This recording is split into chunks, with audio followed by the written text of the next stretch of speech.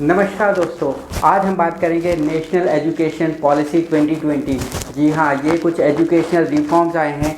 काफ़ी टाइम बाद इंडिया में ऐसे educational reforms, complete make over of Indian educational system, इतने टाइम बाद, और जो बहुत ही ज़्यादा रिक्वायर्ड था, एजुकेशनल सिस्टम का मेक ओवर हुआ है।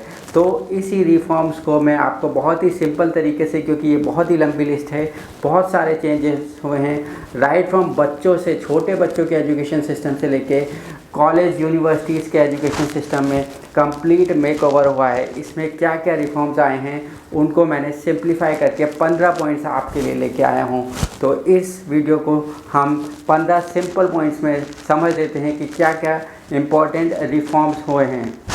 अब इस रिफॉर्म में जो हमारी ministry of human resource and development थी, उसका भी नाम चेंज हो गया है और वो बन गई है मिनिस्ट्री ऑफ एजुकेशन।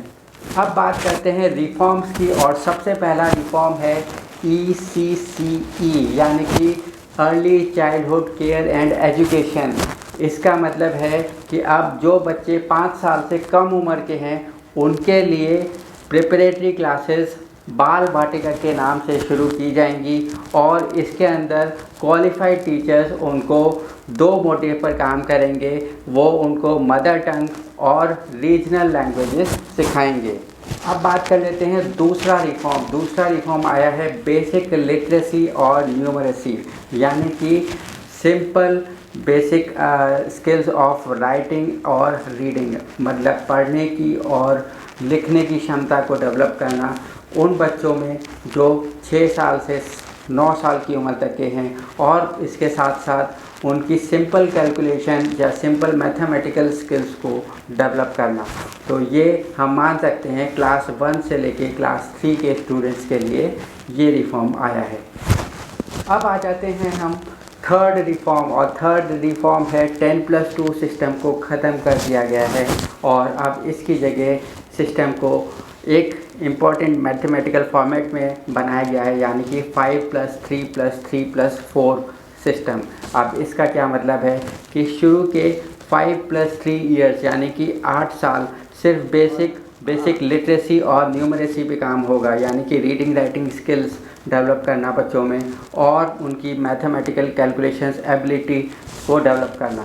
इसके बाद जब बच्चे 6 से 8 साल की उम्र के होते हैं तब उनको एक बेसिक सब्जेक्ट्स इंट्रोड्यूस किए जाएंगे, और जब बच्चे 9th क्लास से 12वीं क्लास में होंगे तब उनके लिए हम ऑप्शंस देंगे कि वो कौन सा सब्जेक्ट, कौन सी स्ट्रीम चूज़ करें, और ये स्ट्रीम वो अपनी स्किल्स जो उन्होंने डेवलप की हैं उसके आधार पर चूज़ कर पाएंगे।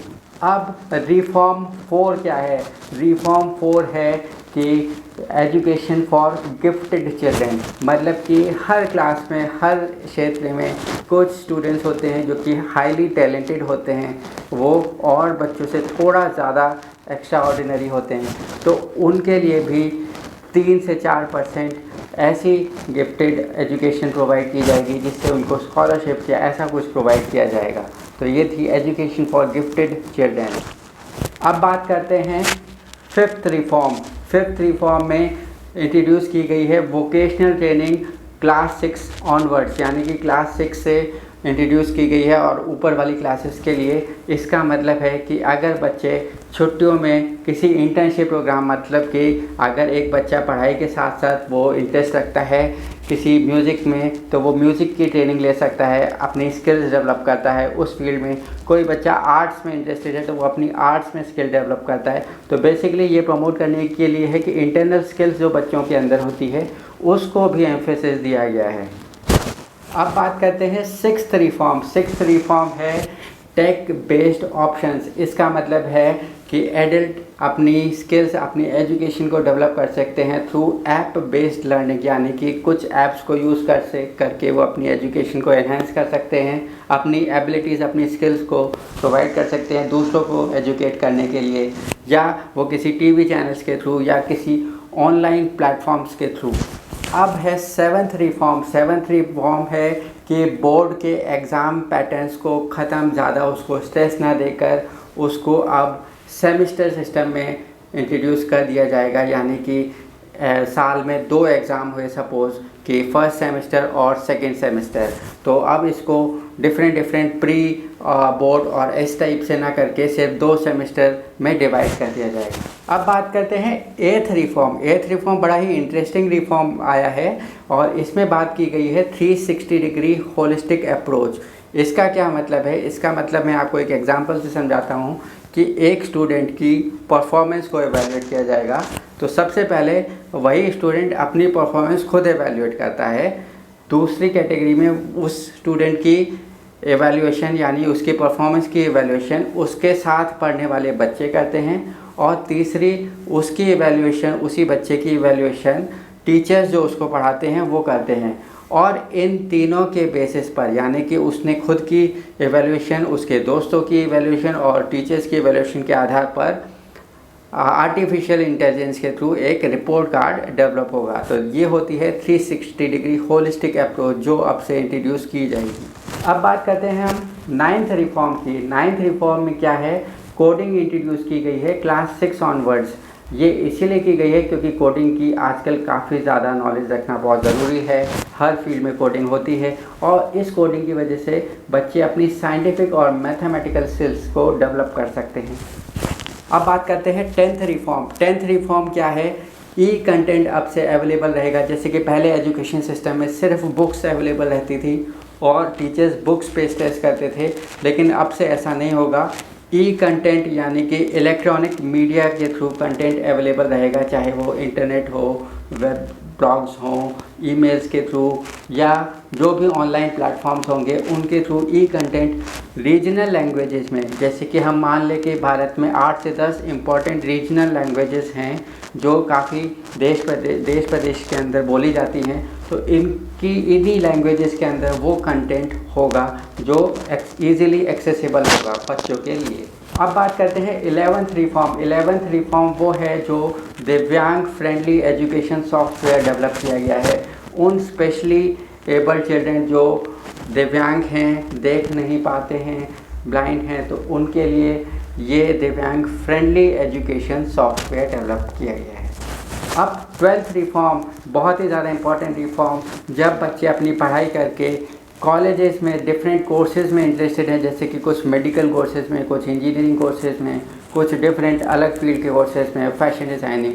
तो अब क्या है कि एक NTA के द्वारा एक single entrance common entrance test होगा और इसी से वो इस एग्ज़ाम में अपीयर होने के बाद अपने कोर्सेज़ चुन सकते हैं अपनी रैंक और अपने मार्क्स के आधार पर।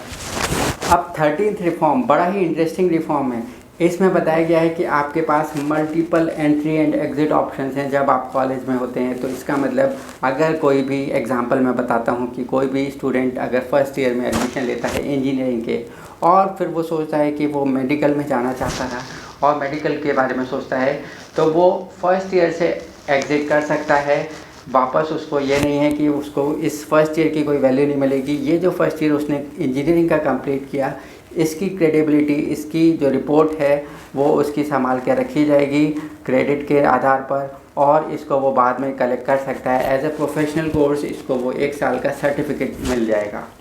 अब 14th रिफॉर्म बड़ा ही इंटरेस्टिंग रिफॉर्म, अब ये आया है सीधा इंस्टीट्यूशनल्स पर। इसमें क्या है कि जितने भी इंस्टीट्यूशंस हैं उनको डेवलप किया जाएगा कि वो, जैसे कि सपोज़ मेडिकल इंस्टीट्यूशन है, तो अब मेडिकल इंस्टीट्यूशन का मतलब यही नहीं होगा कि वो सिर्फ मेडिकल एजुकेशन ही प्रोवाइड कर रहा है या स्किल्स डेवलप करा रहा है डॉक्टर्स बनाने की।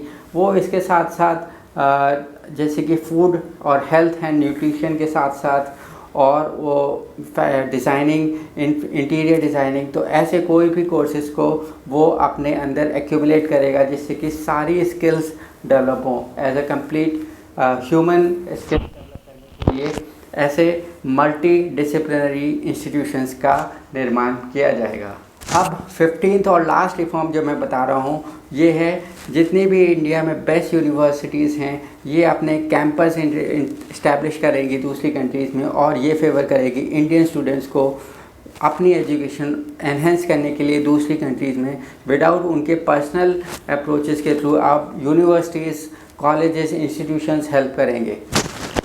तो ये थे कुछ रिफॉर्म्स नेशनल एजुकेशन पॉलिसी 2020 जो 29 जुलाई को अनाउंस हुए काफ़ी डिटेल में, जिसको मैंने आपको बहुत ही ज़्यादा सिंप्लीफाई करके 15 पॉइंट्स को ईजी सिंपल लैंग्वेज में बताया है। तो अगर आपको इसके अलावा कोई भी क्वेरीज हो तो नीचे दिए गए कमेंट सेक्शन में मुझसे ज़रूर पूछ सकते हैं। वीडियो देखने के लिए बहुत बहुत धन्यवाद। चैनल को सब्सक्राइब करना ना भूलें। धन्यवाद।